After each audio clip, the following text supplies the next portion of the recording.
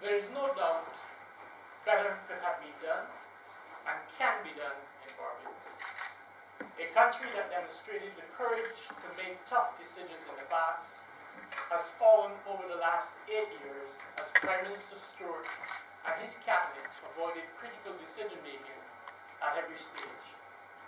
They obviously prefer to sweep the real issues under the carpet and to highlight mundane issues confronting the country within a historical context. A simple economic situation in 2008, when the country's economic fundamentals were very strong, was badly handled. The conventional way of managing an economic recession by using a fiscal stimulus was rejected for excessive taxation. The Barbados economy is now in a precarious condition in 2017, and more so than in 2009. The foreign reserves are less than half of what they were. The national debt is more than double what it was. The economy is smaller. The fiscal deficit is worse. The printing of money is scandalous. Poor policy choices are responsible for where we are as a country and not the international environment. It never made sense to blame the international economy on the one hand and boast of tourism doing better on the other. International tourists determine the performance of the local sector. And if the sector is experiencing record levels of arrivals, then the economies from which they are coming cannot be conveniently blamed for Barbados' overall underperformance. The elephant in the room, in the cabinet room, is lack of leadership. As far back as 2009-10, a homegrown medium-term fiscal strategy was introduced to correct the fiscal accounts of the country. It was revised to no avail. Things have gotten worse. The rhetoric of the government never matched the objectives of the policies. It was a case of persistent fiscal denial and betrayal on the part of the government. The evidence of the betrayal is seen in the state of Barbadian workers who have not enjoyed a salary increase for years. The private sector that had to lay off workers in the last quarter of 2016. A government that, notwithstanding its fiscal crisis, continues to say one thing publicly about spending while increasing its spending. It continues to put its future first rather than the future of the country. Apart from the obvious economic issues associated with the current impasse of the central bank, it raises the need for governance issues to be addressed. The fact that the government prints money without having to seek the approval of Parliament is an issue that needs to be corrected by legislation. In 2008, the central bank held not $1 in government debt. In 2017, the bank holds in excess of $1.8 billion of government debt. This holding of debt came from the printing of money.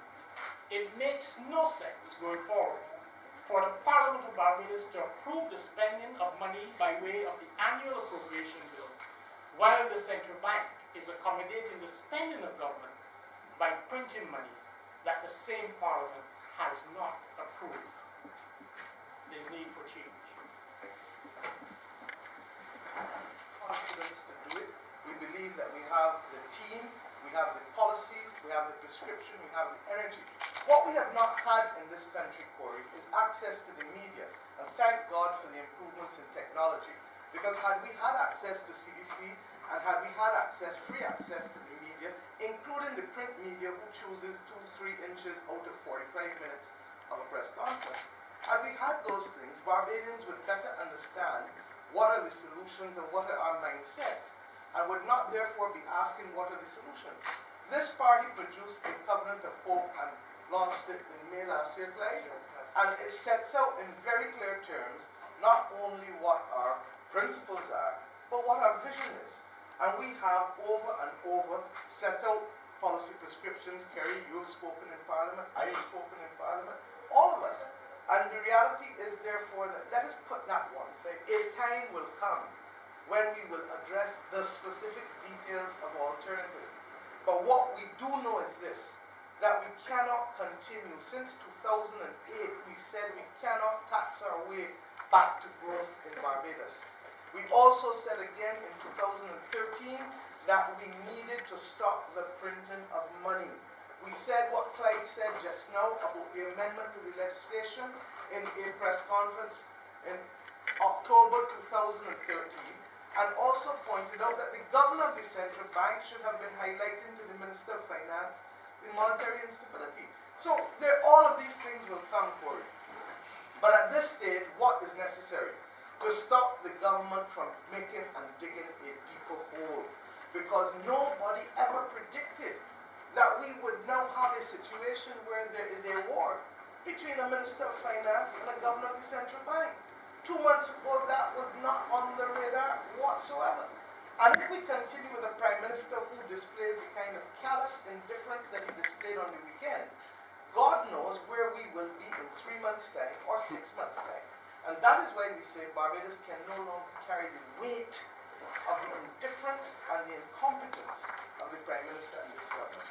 And we have to be concerned because consistency is also an issue. This is the same Prime Minister who denied knowledge by saying nothing when we first brought up Cahill.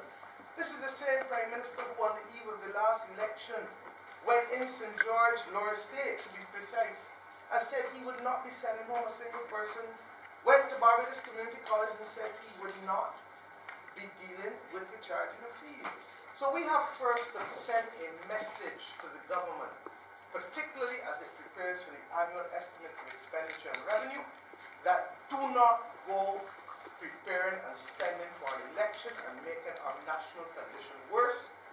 Focus on the things that will stop our reserves from slipping and sliding, and let us stop the bleeding in this country.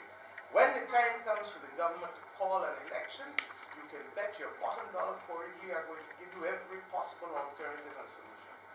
But we invite you in the meantime to read our covenant of hope and to read our select statements in relation to a National Tourism Refurbishment Fund and to how we will treat a number of other issues that we put out there. Yes, sir. Certainly. Me or Terry?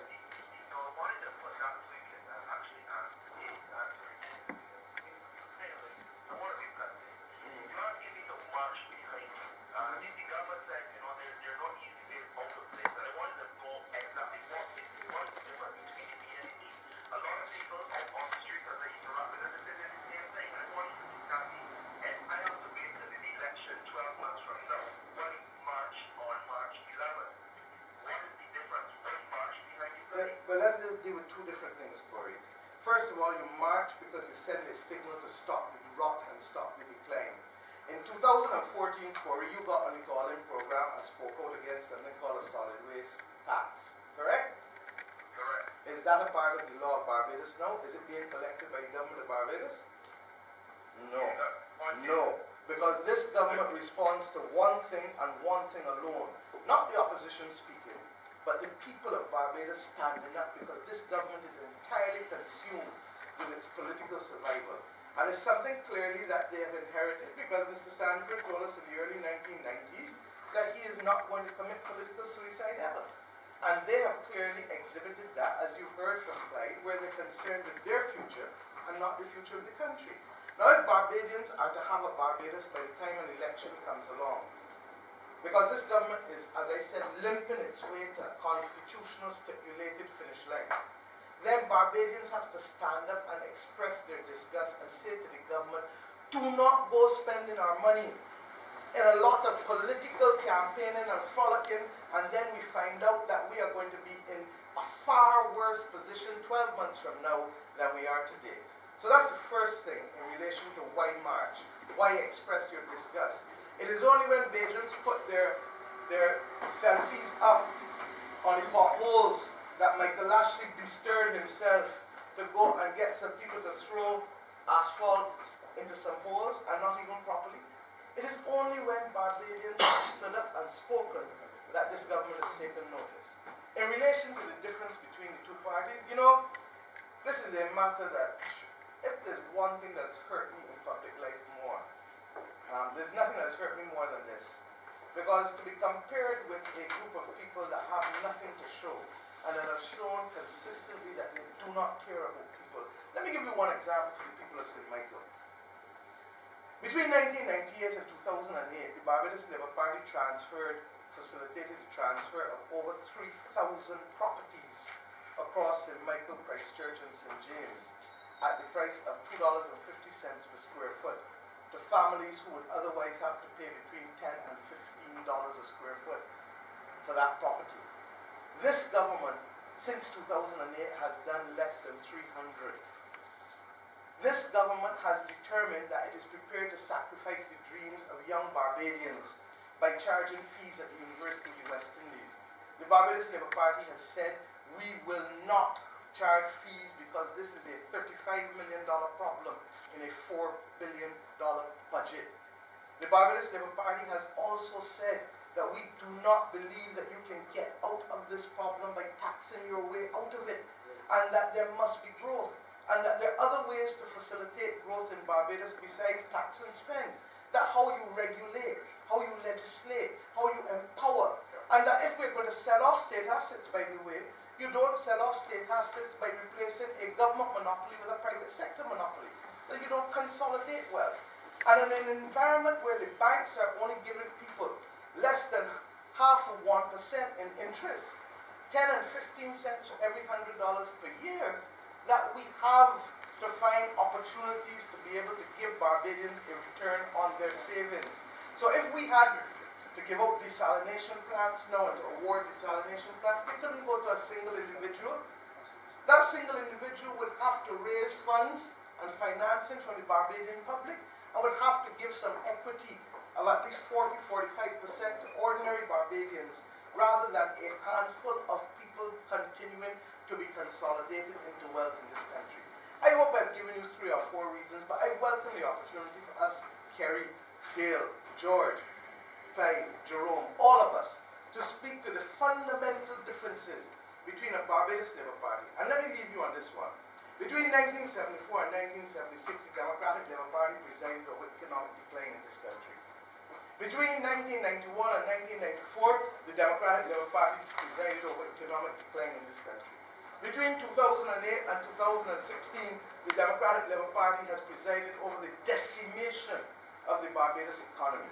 If you wanted a clear difference between the Barbados Labour Party and the Democratic Labour Party, you could want no clearer difference than the fact that under a Barbados Labour Party, Barbados and Barbadians prosper. We may not be perfect, but we get it right. And given the next occasion,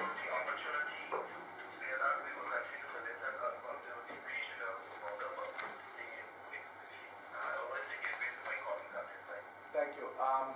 Clyde, you wanted to add to that before we take any questions from members of the media? Well, the evidence is that we've clearly put together a team to look at the economic program for the future. And I don't know what is the problem with Barbados. It's very simple. We've had a group that is simply capable of managing the Barbados economy. We've had a confidence to the hill. So why should we compare the subordinate class with people who have demonstrated the ability to do well? Can't be compared. Fundamentally, it's also about caring. Members of the media, you may have to speak loudly for pouring here, so come to the front. May I invite you if you want to ask a question, or I'll repeat it for you. Ms. Martin, quick question. Yalin from the Nation. From a purely pragmatic sense, and in the short term, what do you look to achieve from this national emergency? That we need to send a message to the government of Barbados that we are not going to tolerate them making the situation worse. The estimates of expenditure and revenue will be heard, debated, and voted upon before the 31st of December in both houses.